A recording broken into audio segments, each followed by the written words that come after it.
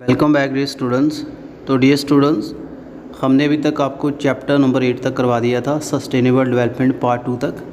आज ये sustainable development का लास्ट चैप्टर है, that is chapter number 9 sustainable development part 3। इसके साथ हमारा जो सस्टेनेबल डेवलपमेंट का यूनिट नंबर 3 है वो कंप्लीट हो जाएगा। तो चलिए देखते हैं इसमें क्या आपने क्या करना है। फर्स्ट ऑफ ऑल यहाँ है इंट्रोडक्शन के बारे में। पूरा वीडियो एंड तक डियर स्टूडेंट्स ज़रूर देखिएगा ताकि आपको टॉपिक की अच्छे से अंडरस्टैंडिंग हो जाए। उसके बाद आपने एंड में आपको बताऊंगा होमवर्क आपने जो करना है वो होमवर्क आपने अपनी कॉपी के ऊपर नोट करते जाना है, जैसे आप ऑलरेडी कर रहे हो। सो रोल ऑफ इंडिविजुअल, अब सस्टेनेबल डेवलपमेंट करवानी है तो पीछे हमने सारे ऑब्जेक्टिव पढ़ लिए हैं, क्या क्या मुश्किलें आती हैं वो भी देख लिया, और अब क्या कर सकते हैं एक्चुअल में, कैसे इम्प्लीमेंट करेंगे। सो जैसे आपको पता ही है, अब जो पॉपुलेशंस है बढ़ रही है वर्ल्ड वाइड, हमारा जो इन्वायरमेंट है वो पोल्यूट हो रहा है, आवर नेचुरल जो सोर्सेज श्रिंक हो रहे हैं, आवर बायोडाइवर्सिटी श्रिंक हो रही है, सिकुड़ रही है धीरे धीरे, आवर अर्थ टेम्परेचर राइज हो रहा है, आवर जो ग्लेशियर है वो मेल्ट हो रहे हैं, our ice lands are disappearing fastly day by day. All these are happening due to man's activity and over exploitation of and misuse of nature by him. So ये सारा कुछ जो इन्वायरमेंट में हो रहा है, अनबैलेंसिंग हो रहा है, पोल्यूशन हो रहा है, ग्लेशियर पिघल रहे हैं, टेम्परेचर बढ़ रहा है, ग्लोबल वार्मिंग हो रही है, बायोडाइवर्सिटी को नुकसान हो रहा है, रिसोर्सेज ख़त्म हो रहे हैं, ये सारा ह्यूमन के इंटरफेरेंस से हो रहा है। But we cannot continue this way, पर हम ऐसे कंटिन्यू नहीं कर सकते भी हम नेचर को ख़राब करते जाएँ। धीरे धीरे काफ़ी जो ड्रास्टिक कंडीशन बनने वाली है। So we have to right to live in a healthy environment and to provide this environment to our citizen of states duty। हमें हमारा एक कर्तव्य बनता है, हमारा एक अधिकार है एक अच्छे इन्वायरमेंट में रहने का, और हमारी रिस्पॉन्सिबिलिटी है अपना इन्वायरमेंट प्रोटेक्ट करना। We have right to live in healthy environment and provide this environment to every citizen of state's duty। Moreover, the Constitution of India has also imposed a duty on every citizen to protect and improve the natural sources including forest, lake, river, wildlife। हमारा जो भारत का संविधान है उसने भी हमारी एक moral duty assign की है, जिसके अकॉर्डिंग सभी का फ़र्ज बनता है कि हम अपने जंगलों को, झीलों को, तालाबों को और जो पशुओं की जो वाइल्ड लाइफ है उसको बचा के रखें।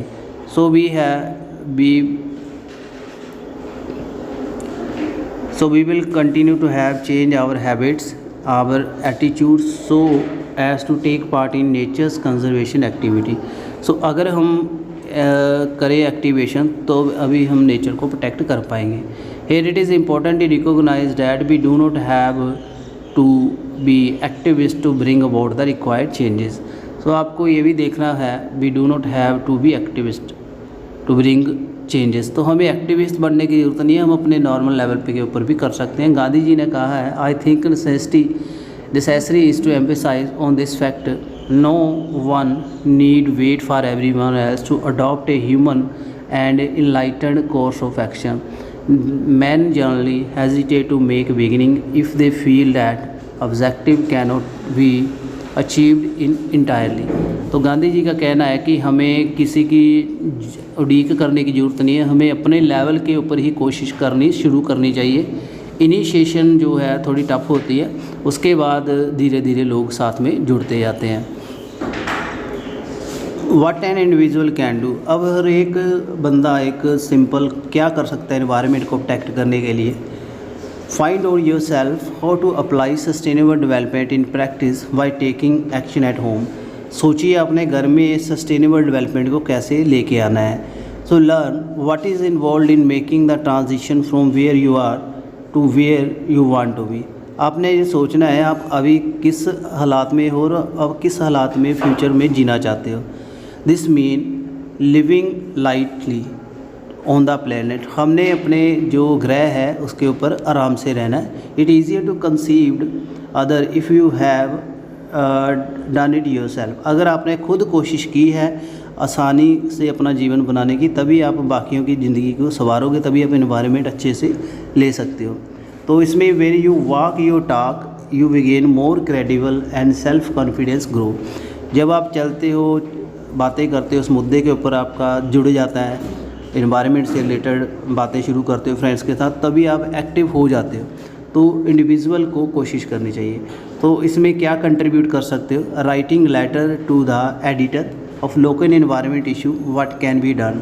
एडिटर को लेटर लिखो इन्वायरमेंट से रिलेटेड जो है कैसे इन्वायरमेंट को प्रोटेक्ट करें। Bring local environment issue to attention of the local radio television. Radio television के ऊपर जो आपके इन्वायरमेंट में कोई नुकसान हुआ है, क्या हो रहा है, उनके ध्यान में लेके आओ। Participate in local citizen action campaign में हेल्प करो, उसमें पार्टिसिपेट करो। इको क्लब बनाओ, उसमें मेंबर जोड़ो, उनकी ड्यूटी असाइन करो। Lobbying decision maker at the local level such the municipal commissioner. जो डिसीजन ले सकते हैं आपकी सिटी का, उनके साथ अपनी एसोसिएशन बढ़ाओ, उनको कोऑपरेट करो। Member of panchayat and MLA, उनके साथ अपने अच्छे संबंध बनाओ, तभी आप कर सकते हैं। Studying discipline useful for all future career in the voluntary work. Voluntary work में अपनी मर्ज़ी से आगे बढ़ो, उसमें आपको आना ज़रूरी है। Other Indian language, economic, ecology and rural management, social work, public health, natural resource policy, ये सारे इनमें वॉलंटियर की काफ़ी ज़रूरत रहती है। उसमें स्टडी करो पहले, फिर आप इस फील्ड में आओ। Win necessary bye seeking your court intervention through the public interest legislation. जब लगे भी बात नहीं बन रही तो आप कोर्ट में PIL भी दायर कर सकते हो, चैलेंज भी कर सकते हो। इंडिविजुअल कंट्रीब्यूशन, आप अपने घर के ऊपर कैसे कर सकते हो, जब आप घर में हो तो कैसे कंट्रोल करोगे। इंडिविजुअल एंड कंजम्पशन पैटर्न, जो कंजम्पशन पैटर्न है किसी चीज़ को यूज़ करने का, उसको समझना। By reducing one's need, shopping smartly, जैसे आप ख़रीदने जाते चीज़ों को तो आपने स्मार्टली शॉपिंग करिए। क्वांटिटी ऑफ पैकेजिंग, छोटा पैक लेके आइए, बड़े पैक ना लेके आइए। Minimizing use of disposable thing, जो चीज़ें एक बार सिंगल यूज़ होती हैं उसका यूज़ कम करो। Repairing, recycling and reusing things, जो चीज़ें रिपेयर हो सकती हैं उनका ज़्यादा यूज़ करो। एक तो ये है। सेकंड है individual and waste management. By recycling and compositing, donating reusable item in the community, segregating waste in the disposable proper. Waste को सेग्रीगेट करिए, आप अपना कोशिश करिए बनाने की। डस्टबिन का यूज़ प्रमोट करिए घर में, फिर आप उसको सेग्रीगेट करिए। Individual and water management, by saving each drop of water it is going waste is proper use harvesting rain water. जो पानी है उसकी सिंगल ड्रॉप काफ़ी कीमती है। धीरे धीरे जो अंडरग्राउंड पानी ख़त्म हो रहा है, ये शायद आपको पता हो। तो पंजाब में आने वाले 50 सालों में पानी पीने लायक नहीं रहेगा, बचेगा नहीं। तो ये काफ़ी सीरियस इशू बन रहा है ड्यू टू आवर एग्रीकल्चर। तो हमें ज़रूरत है हार्वेस्टिंग, जो रेन हार्वेस्टिंग प्लांट है घर में लगाएं। जब बरसातों में पानी होता है उसको एक जगह इकट्ठा कर किया जाता है और नीचे ग्राउंड में परकुलेट कर जाता है। वो एक प्लांट होता है, वो लगा सकते हैं आप। थोड़ा ही खर्चा आता है। डीप एक गड्ढा खोदते हैं ज़मीन में, फिर उसमें सीमेंटेड बना के पाइप फिट कर देते हैं, वो सारा रेन वाटर उसमें चला जाता है। Individual and energy, minimizing use not wasting it, using renewable sources का यूज़ करें और उसका मिनिमाइज वेस्ट ना करें, जैसे सन, वाटर, विंड है। Individual and population, by marrying to right age, adopting small family, शादी की जो अच्छी एज है उसको समझें, छोटी उम्र में शादी ना करें। बच्चे जो है उनमें डिफरेंस रखें, 2 बच्चे सफिशेंट है। तो इससे पॉपुलेशन अगर कंट्रोल होगी तो रिसोर्सेज जो है उसका भी नुकसान नहीं होगा।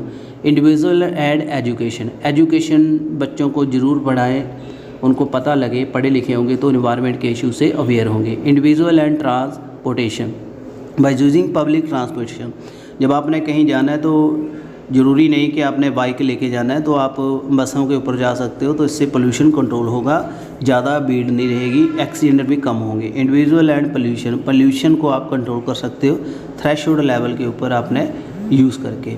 जैसे फील्ड में जो पराली वगैरह जलाते हैं तो उसको एक अच्छी मैनेजमेंट करके आप इन एयर पोल्यूशन को कंट्रोल कर सकते हो। तो ये आप अपने इंडिविजुअल लेवल पे कर सकते हैं। Individual and natural resources, preventing degradation and depletion of the natural resources, renewing and conserving it, जैसे रिसोर्सेज को कैसे बचाना है। प्लांटिंग ट्री, पेड़ लगाओ। Minimizing use of fossil fuel, पथराट जो ईंधन है जैसे पेट्रोल, डीजल है, उसका यूज़ कम करो। इंडिविजुअल एंड टेक्नोलॉजी का अच्छे से यूज़ करो, जो इन्वायरमेंट से रिलेटेड टेक्नोलॉजी है उसको आगे लेके आओ। नेक्स्ट है इसमें इंडिविजुअल एंड लॉज। जो लॉज हैं, जो कानून है, उसके बारे में अवेयरनेस होनी चाहिए यूथ को, और आगे आप अवेयरनेस भी फैला सकते हो। कम्युनिटी पार्टिसिपेशन, तो ये आपके हो गया घर के लेवल के ऊपर। उसके बाद आप लोगों के साथ कैसे जुड़ोगे, ज़्यादा लोग मिलके क्या कर सकते हैं। Role of community, it is happening all over the world that the ordinary people are working for changing through citizen action. काफ़ी वर्ल्ड वाइड ये चीज़ें जो कम्युनिटी पार्टिसिपेशन से काफ़ी चेंज आ रहा है। लोग इकट्ठे होके किसी गलत जो हो रहा है उसके ऊपर बहस कर रहे हैं, उसको रोक रहे हैं, तो काफ़ी अच्छा इम्पैक्ट बन रहा है। अगर मिलके काम करेंगे तो अच्छे से हेल्प होगी। जैसे लिखा हुआ है, वाई ऑर्गेनाइजिंग ग्रुप बनाओ अपने, why they demand and persuade the government to save the natural resources. Government को कह सकते हैं इकट्ठे लेवल पे होकर एक कमेटी बना के, उससे अच्छा इफेक्ट बनता है। बिल्ड हाउसिंग फॉर प्योर, जैसे गरीबों के घर बनाना। Halt the indiscriminate cutting of forest, जंगलों की कटाई के ऊपर रोक लगाना। लेबर पॉवर्टी को कंट्रोल करना, ये सारी चीज़ें हैं, इससे अच्छे से हो सकती हैं। It is not possible for the government के लिए ये पॉसिबल नहीं है, अगर देखें, to monitor pollution and corresponding act for all industry and individual, though generating awareness the public could directly affect the environment practice of the industries। Government जो है एक ग्राउंड लेवल के ऊपर नहीं जा सकती। आप इंडिविजुअल पार्टिसिपेशन जो है कम्युनिटी बना के गवर्नमेंट को अवेयर कर सकते हैं, आप गवर्नमेंट की इससे हेल्प करोगे। उसके बाद है individual initiation and collective action. कोई बंदा एक अकेला जब शुरुआत करता है तो उसके साथ लोग जुड़ते जाते हैं, काफ़िला बनता जाता है। There light so many success story in the past when just an individual thought has change and compelled so many people to act collectively in order to revert the decision taken by bureaucrats which could have led environment degradation। तो काफ़ी ऐसे stories हैं जिससे एक बंदे की कोशिश से लोग जुड़े, उसको उन्होंने सपोर्ट किया और जो इन्वायरमेंट में गलत हो रहा था उसको रोक लगाई। जैसे है चिपको मूवमेंट। चिपको मूवमेंट आप सभी ने सुना है। चिपको मूवमेंट जो है ये बिश्नोई जो लोग हैं उनके ऊपर है, जहाँ 10th day month of the Bhadrapada according to Indian lunar calendar 1730 में Amrita Devi Bishnoi woman was at her home with 3 daughter Asu, Ratni and Bagubai. बेन came to know the number of the people जो है descended on their otherwise sleepy builder, जो खिलहारली है name जो village का है, उनमें क्या हुआ था, डिराइव्ड फ्रॉम द खिलहारी। सिंस यहाँ जो दीज ट्रीज़ हैं found abundance in the village, the people were part them sent by Maharaja Abhay Singh rural kingdom. Jodhpur के राजा थे मेवाड़ के, उन्होंने लोग भेजे थे जंगलों को काटने के लिए। हु वांटेड टू फैल केजरी ट्री, केजरी के जो दरख्त थे उसको गिराना चाहते थे चूने को पिघलाने के लिए। उनको जला के चूना पिघलाएंगे और महल बनाएंगे, चूने से पहले बिल्डिंग बनती थी। Since there was a lot of the greenery in the Bishnoi village, काफ़ी हरा भरा था environment. So the third desert the king order his man to get wood by cutting खजारिटी। और राजे ने कहा भी इनको लेके आओ, इन दरख्तों को आप इससे जला के चूना पिघलाओगे। अमृता देवी ने इसका प्रोटेस्ट किया, विरोध किया।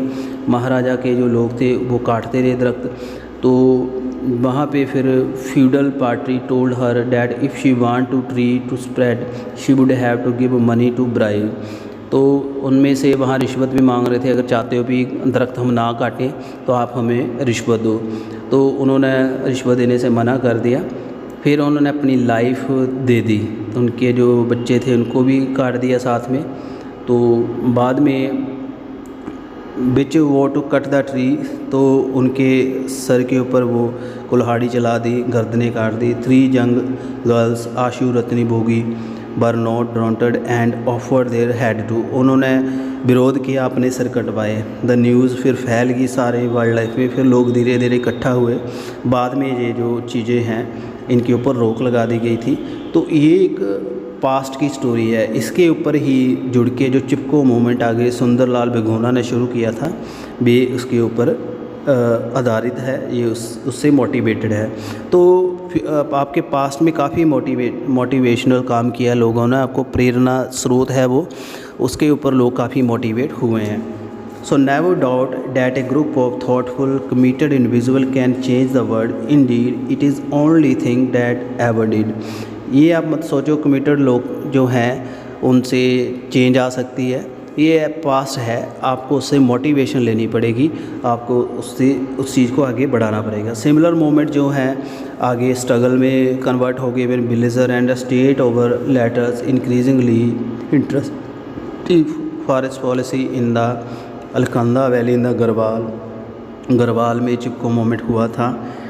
वहाँ सुंदरलाल बगोना जो थे उन्होंने काम किया था, तो 700 किलोमीटर तक वो पैदल गए थे गीत गाते हुए, तो ये काफ़ी सक्सेसफुल रहा। उत्तराखंड संघर्ष भैनी ये भी थारी गढ़वाल में हुआ था 1974 में, अगेंस्ट द टैपिंग ऑफ चीर पाइन के पेड़ों को काटने का विरोध किया गया था। एपिको मोमेंट 1883 में हुआ था, against felling of tree in the Uttarakhand. Young man and woman of the Lakshmi Yuvak Mandali claim that the number of the tree जो marked for felling in the particular area was excessive.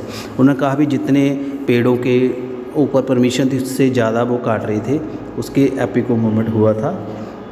Appiko mean embrace करना, the trees to protest them.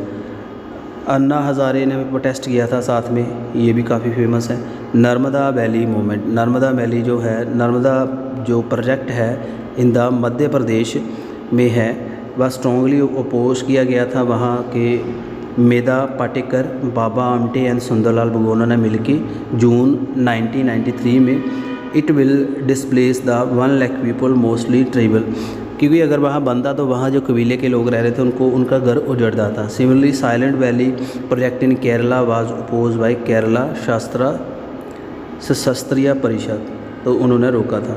Similarly Nirmal and officer of Indian Overseas Bank got success in removing the garbage near the home in Chennai with committee support. तो ये काफ़ी ज़्यादा example मिलेंगी, and there are so many other example when the individual initiation with community support not only resulted in drastic change to supportive environment but also brought changes in our legal system। तो legal system को भी change किया है, ऐसा नहीं है कि environment को ही बचाया है, गवर्नमेंट जो है उनका भी ध्यान खींचा है किसी की शुरुआत ने। तो नर्मदा वैली प्रोजेक्ट भी काफ़ी फेमस है। Participation, role of the national agency, जो नेशनल एजेंसीज़ हैं, काउंसिल्स हैं बाय मिनिस्टर, प्राइम मिनिस्टर ने highest policy making body in environment issue. Council consist of senior representative of the central minister, chief minister of state, representative of NGO, काफ़ी मिलके agencies हैं वो environment को control करती हैं। कुछ गलत हो रहा है उसके ऊपर लॉज बने हैं। External affair, environment and forest, agriculture, water resource, finance, industry, rural development, commerce, non conventional resource, ये सारे जो चीज़ें हैं इनके ऊपर लॉज हैं। ये सारा देखा जाता है कि जो चीज़ें इंडस्ट्रीज़ लगें, एग्रीकल्चर कुछ भी है वो उससे कोई इन्वायरमेंट को नुकसान ना हो, एक पैरामीटर सेट किया है। Ministry of environment and forest, ये इन्वायरमेंट फॉरेस्ट की एक मिनिस्ट्री है, ये गवर्नमेंट हर एक कंट्री में बनी हुई है। कोऑर्डिनेशन वर्क से इसके मिनिस्टर प्लांट होते हैं, एम्प्लॉइज़ होते हैं, वो सारा काम देखते हैं इन्वायरमेंट से related. Ministry also nodal agency in the country of the united nation environment programme, UNEP के अंडर ही ये सारे काम करती है। So ministry of environment and forest है set up the national environment information system. ENVIS एक सिस्टम है, एक डिसेंट्रलाइज नेटवर्क है, collecting, collating, storing and retrieving and disseminating information in field of environment and its associated area. तो इसमें एक website है, ये इसको सर्च करके आप अपने पर्टिकुलर एरिया का, कंट्री का, जो लोकल एरिया का इन्वायरमेंट देख सकते हो। ये इसका लोगो है, तो वेबसाइट के ऊपर जब आप क्लिक करोगे तो आपको मिल जाएगा। CPCB central pollution control board, ये व्हीकल के ऊपर है, गाड़ियाँ, बाइक्स है, स्कूटीज़ है, उसका जो बसेज हैं, कोई भी जो ऑटोमोबाइल चल रहा है सड़कों के ऊपर कितना पोल्यूशन कर रहा है उसका एक पैरामीटर कंट्रोल किया गया है। 1974 में ये बना था under the water prevention and control of pollution, and further CPCB was installed with the power of functioning under air prevention control pollution act 1981, उसी के हिसाब से इसको बनाया गया था। इसमें क्या है, क्लीनिंगनेस को प्रमोट करना and different area of state by preventing, control and abatement of water pollution, improve the quality of air and prevent, control to abate air pollution in the country। आगे department of science and technology DST, ये DST जो है ये भी different technologies बनाता रहता है जिससे इन्वायरमेंट को बचाया जा सके। मेजर एक्टिविटीज़ क्या है इसमें, जो स्पोर्ट रिसर्च जो है, डेवलपमेंट प्रोजेक्ट जो है, नेशनल फैसिलिटी, स्पेशल टेक्नोलॉजी, जो भी कोई किसी की सोच है एनवायरनमेंट को प्रोटेक्ट करने का आइडिया उसको लेके आना। Launching the technology mission mode project launch करना। On the sugar production technology, advance composite and fly ash utilisation. Promoting the technology information system, home growth technology, international S&T cooperation, development of technology for the socio economic sector, augmentation of facilities for meteorological forecasting, seismological and observation. ये सारे आपने पढ़े होंगे। इसमें meteorological है, मौसम के बारे में, सीज्मोलॉजिकल भूचाल के बारे में, ये सारी ऑब्जर्वेशन वगैरह देखना। उसके बाद है national environment policy. National environment policy में क्या है, you have already study about all these previous chapter. National environment policy जो है is intended to main stream environmental concern in all development activities. So NEP है, national policy on education जो है, इसमें national policy of education 1986 में थी with modification undertaken इन 1992। पहले बनी थी 1986 में, फिर 1992 में मॉडिफिकेशन हुई थी। इनमें NCERT जो है, national council education research and technology, उन्होंने लॉ बनाए हैं, करिकुलम है, सिलेबस है, कैसे प्लानिंग होनी है from pre nursery to the higher secondary even university level, ये सारा NCERT के अंडर आता है। Role of non government association, तो जो नॉन गवर्नमेंट ऑर्गेनाइजेशन NGOs हैं वो भी काफ़ी आगे मिल के काम कर रहे हैं। हेल्थ का, सेहत का, सैनिटाइजेशन, सफाई का, एजुकेशन का, ये सारे काम वो मिल के कर रहे हैं। There are over 1 lakh NGO, India में 1 लाख NGOs हैं जो प्रमोट कर रहे हैं eco development, based management, forest conservation, preservation of genetic diversity, eco friendly technology, सभी के ऊपर मिलके काम कर रहे हैं। सुखो माजरी केस स्टडी है, आप इसके ऊपर पढ़ सकते हो, अपने आप नेट के ऊपर भी पढ़ सकते हो। इसमें जो सुखना लेक है उसकी बात की है, तो सुखना लेक काफ़ी बंद रही थी पहले, फिर उन्होंने लोगों ने देखा क्या प्रॉब्लम है, जो ग्रेजिंग पशु चराने आते थे लोग, उससे जो ग्रास था वो ख़त्म हो गया। फिर जब पानी आता था, बरसात होती थी, तो मिट्टी सारी जो है झील में चली जाती थी। फिर उन्होंने वहाँ क्या किया, पशु चराने के ऊपर रोक लगा दी लोगों ने, जिन्होंने अपना पब्लिक पार्टिसिपेशन की, तो फिर वहाँ ग्रास ग्रो होना शुरू हो गया। बाद में अब जो लेक है पूरी क्लियर है। Role of international agencies, international agencies भी हैं, वो भी काफ़ी हद तक काम कर रहे हैं। क्लब ऑफ रोम है, in already 17 of the last century strongly advocated environment factor, no growth was bitter pill, इनका कहना हुआ है। 2 अर्थ समिट भी लगे हुए हैं, जैसे फर्स्ट लगा था स्कॉटहेलम में स्वीडन इन जून 1972, सेकंड लगा था रियो डी जेनेरियो ब्राज़ील में 1992 में। उन्होंने काफ़ी यहाँ रूल एनवायरनमेंट की प्रॉब्लम डिस्कस की थी, फिर उन्होंने रूल बनाए थे। तो ये बहुत इंपॉर्टेंट है बच्चों, आपके लिए याद कर लेना, डेट्स जो हैं ये काम आएंगे आपके। अभी तक 2 अर्थ समिट लग सके हैं। India has become a party of international convention which contribute environmental protection and sustainable development. India भी इसका मेंबर है, सस्टेनेबल डेवलपमेंट से जुड़ा है, एनवायरनमेंट को बचाने। So framework convention on climate change FCCC, convention on biodiversity, convention on straddling fish and highly migratory fish stock, convention on the combat desertification in the countries, ये सारा India इसका member है world wide. Ministry of environment and forest function as a nodal agency, UNEP nodal agency है। South Asia cooperation environment programme है।